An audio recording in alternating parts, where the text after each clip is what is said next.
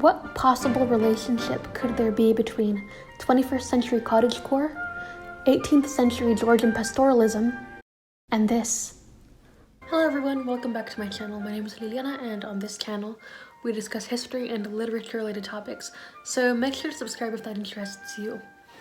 So today is going to be a little bit different. Today I am going to be doing a deep dive into a topic that I am actually researching for a paper in one of my classes. I already have to make a presentation video on this topic to present to my class, so I thought I could just kill two birds in one stone and use the clips from this YouTube video to also go make that video. Now, as you may have seen from the little introduction I made, my research project is on cottagecore.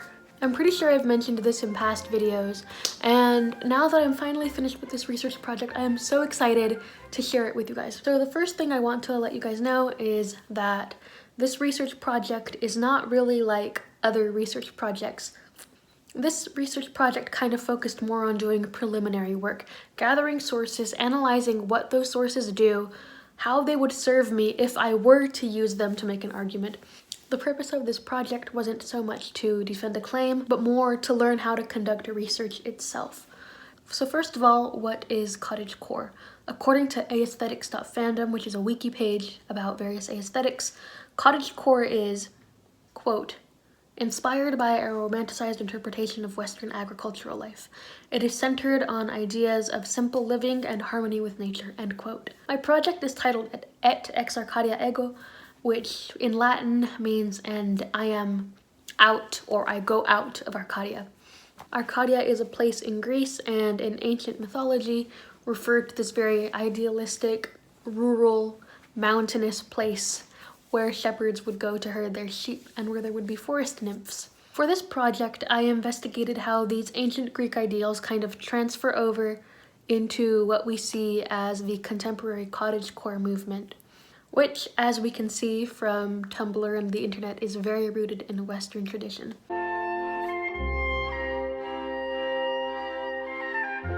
So first, let's talk about the ancient Greek time period. This is perhaps the most obvious in Horace's Epodes, because Horace actually says that it is better for a man to be free from any business deals, and he should instead work with his oxen among the ancestral fields. The whole entire poem of Epodes number 2 is literally Horace making a little Venn diagram, comparing and contrasting the shepherd life with the life in a city, and how the shepherd's life is so much better because he doesn't have to do anything. He doesn't have to deal with any of this stuff that we deal with in the city. If only he knew. Some of the common themes that exist in many of these ancient Greek pastoral or bucolic poems are ideas of simplicity, of peace, and when there is tragedy or more dark elements, it's usually a very romanticized and idealized tragedy.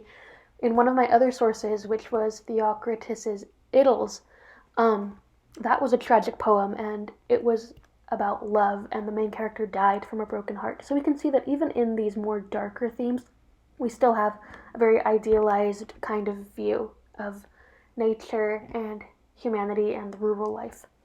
From that, we are going to go from Greece and move westward to England.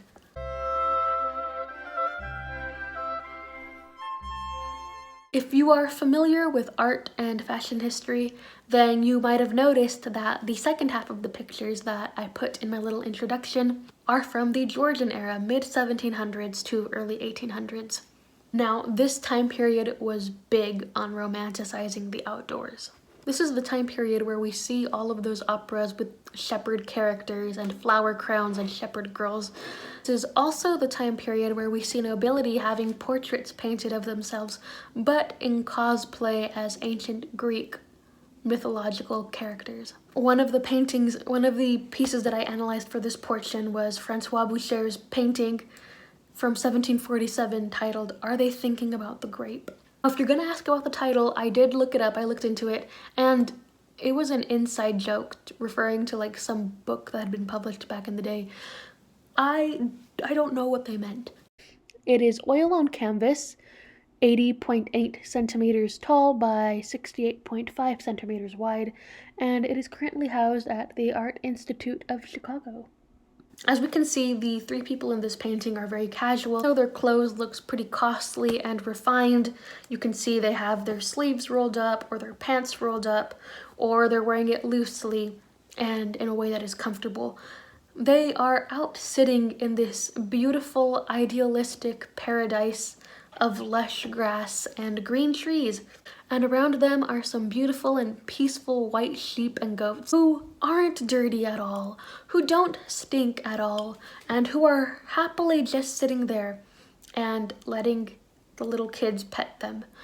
Now, I've been around goats before, and they don't really do that. So again, we can definitely see in this painting that the painter was envisioning this perfect, ideal little world where, you know, we could just lay down in the grass and pet the sheep and the goats and everything would be fine. Our expensive lavender silk dress wouldn't get dirty or wrinkled, and our powdered hair would always be just so. The English nobility loved the idea of the open air and the countryside in England. It was relaxing, it was beautiful, and it made them happy. I mean, it probably still makes most of us happy when we go on hikes or spend time outdoors. But the thing is, they took it one step further. They not only had their mansion in the countryside, they purposely made it look like they were living in this romantic, ancient Greek paradise. What they would do with their gardens is they would have little man-made streams or pools added, as well as fake ancient Greek ruins. If we look at other visual sources, such as these porcelain figurines or these dresses, we can continue to see how influential pastoral aesthetics were in fashion of the time. Around 100 years earlier, it was also very influential in literature, as we can see in Christopher Marlowe's poem The Passionate Shepherd to His Love, and in Shakespeare's play As You Like It. Now, after we've gone through the ancient Greek era and the English Georgian era, let's go into contemporary times.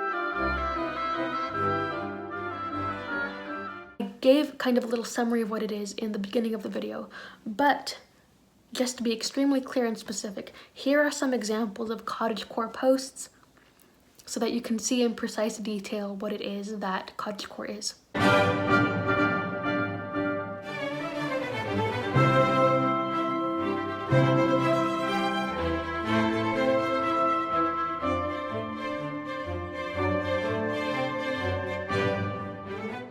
It became extremely popular this past year with the pandemic.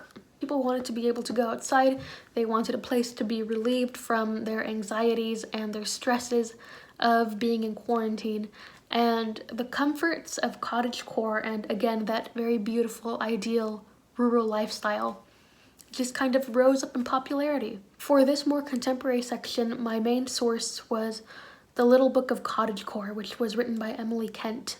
While the posts and the poems and the literature and the art from all three eras expressed longing for a rural and pastoral lifestyle, Emily Kent's book on cottagecore kind of puts that into practice, puts it into motion for contemporary audiences. The book teaches fruit canning and preserving, embroidery, herbal remedies, quilting, candle and soap making, how to bake your own bread, and how to grow your own herb garden, even if you live in the city. And how to grow your own herb garden, even if you live in the city. I think the fact that Emily Kent's book teaches those skills, and the fact that she was even able to publish and popularize such a book,